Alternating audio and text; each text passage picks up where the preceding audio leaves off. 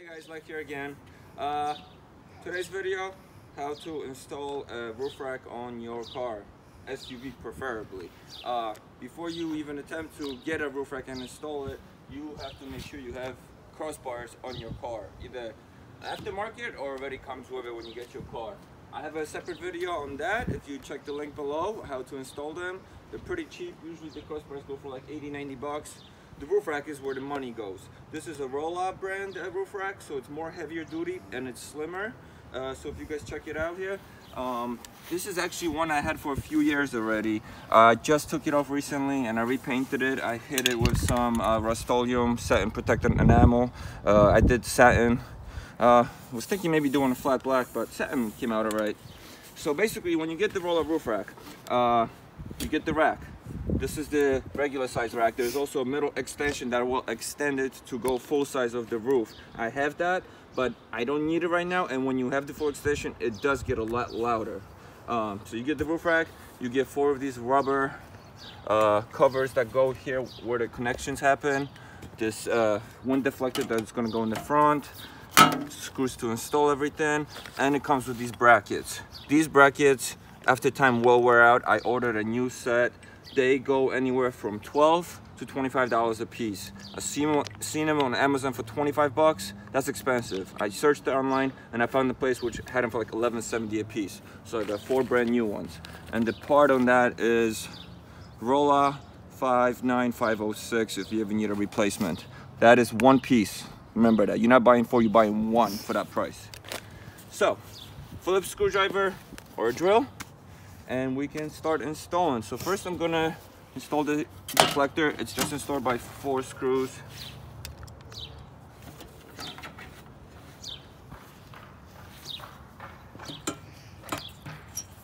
Don't use a drill for this because you can crack the plastic. They do come with little rubber gaskets. So this takes a couple seconds to do.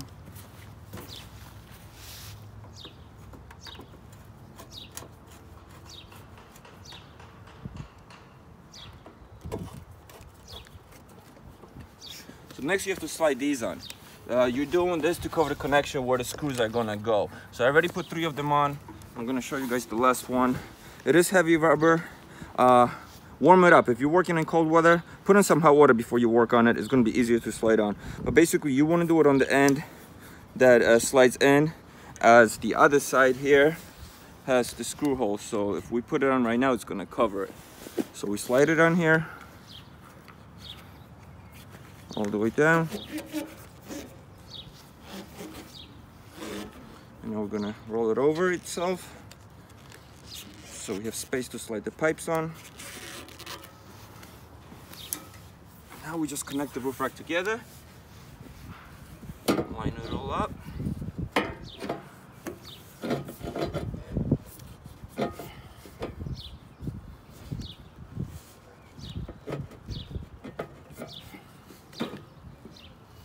Gotta do it at the same time or it's not gonna go. There you go, we're in. So now all we're gonna do is secure this. 2 bolts on each side.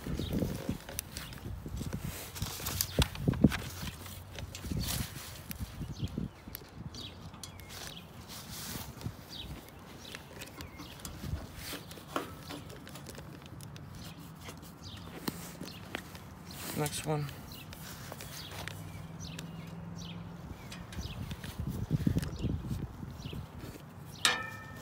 Hold this for me, Alex.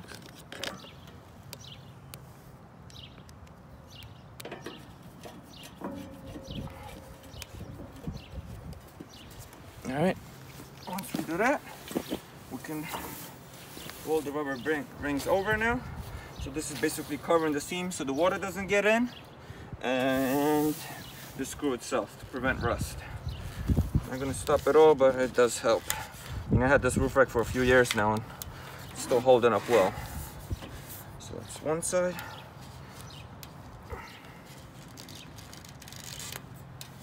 See what I mean? Nice and clean.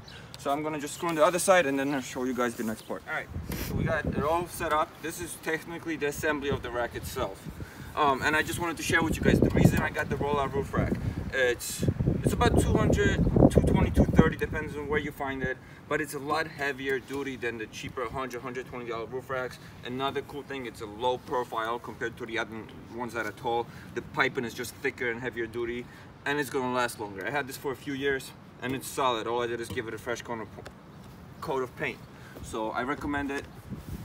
So getting it on your car. You're gonna decide where you wanna position it. Right now, we're just gonna throw it on.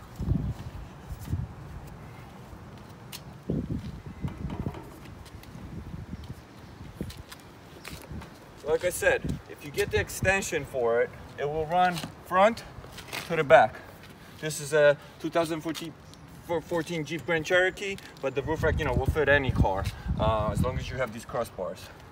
So now we're gonna decide the location, and I'll show you how to install the bracket. So this is your bracket. It's a 3-piece bracket. You take it apart. You have the screw, the metal part, and the plastic. You grab this plastic piece first. This snaps into your rack. So remember, this is made specifically for this brand. I'm gonna go right here, and this just snaps in. I'm gonna have it about 3 inches from the edge here. It's not very specific to that. Just make sure it's all even and secure. I'm gonna grab the flat metal piece. It snaps right over it, and then you just get in the bolts. We're just going to tighten them. So I'm not going to fully tighten until I have all of them on, but the one thing you want to do is make sure that it's even. Even meaning each side has the same way tightened, that it's not up on one side and low on the other. You want everything to be even. So let's get the other ones on, all 4 of them, and let's see what it looks like when it's finished. Yeah? All right. So we're gonna, last piece over here in the back, snap it in, and you can adjust everything as you're installing before you tighten it. Metal piece, the screws.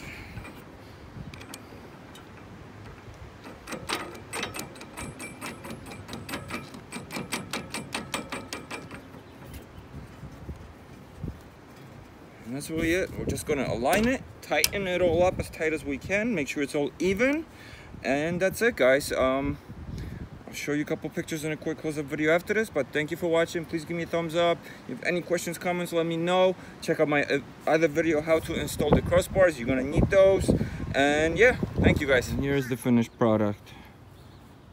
As you see, it looks pretty freaking cool on the Jeep. Everything is level, straight.